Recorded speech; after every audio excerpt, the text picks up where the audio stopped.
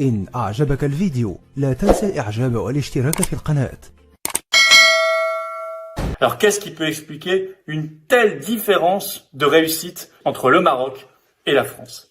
Eh bien, ce sont d'abord des principes qui sont ceux de l'efficacité, de la souveraineté et de la liberté par rapport au lobby pharmaceutique. Premier cas au Maroc date du 2 mars dernier.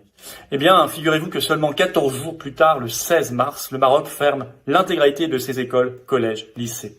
Et seulement 18 jours plus tard, le 20 mars, il met en confinement général sa population. Je vous rappelle qu'en France, le premier cas de territoire national, c'était le 24 janvier.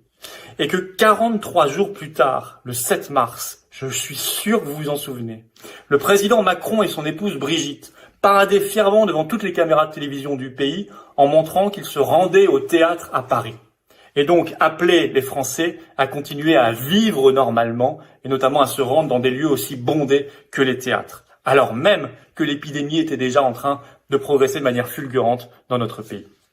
Efficacité, anticipation, ça s'est vu aussi sur les masques. Alors, sachez qu'au Maroc, il n'y a jamais eu le mensonge d'État qu'on a connu en France. Jamais on a dit aux Marocains que le masque ne servait à rien ou que les habitants étaient incapables de le porter. Discours qui a été servi de manière incroyablement mensongère aux Français pendant des semaines et des semaines, on s'en souvient. Surtout, le Maroc s'est donné les moyens de ses ambitions. Il a rendu le port du masque obligatoire à l'extérieur le 7 avril, ce qui n'est toujours pas le cas en France. Et pour y parvenir, il s'est mis en situation de production maximale, de mobilisation générale, de vraie économie de guerre, ce que n'a jamais fait la France. Ainsi aujourd'hui, le Maroc produit 7 millions de masques par jour. Et attention, on parle de masques chirurgicaux aux normes. Alors que le président de la République Macron a annoncé que la France produisait 8 millions de masques par semaine. Oui, mais le Maroc a mobilisé tout le monde.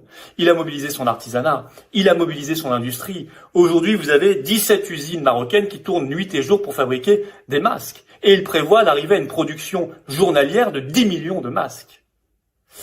Dans le même temps, le Maroc a fait le choix de ne pas se fier simplement aux importations chinoises, ce qui a été la stratégie française et d'autres pays industrialisés. Ce qui fait que nous, aujourd'hui, on attend encore les fameux masques chinois qui n'arrivent pas, ce qui était une erreur. Il fallait se prendre en main, ce qu'a fait le Maroc. Souveraineté. Alors là, ça s'est vu clairement sur les frontières.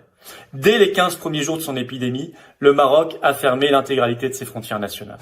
إن أعجبك الفيديو لا تنسى الإعجاب والاشتراك في القناة.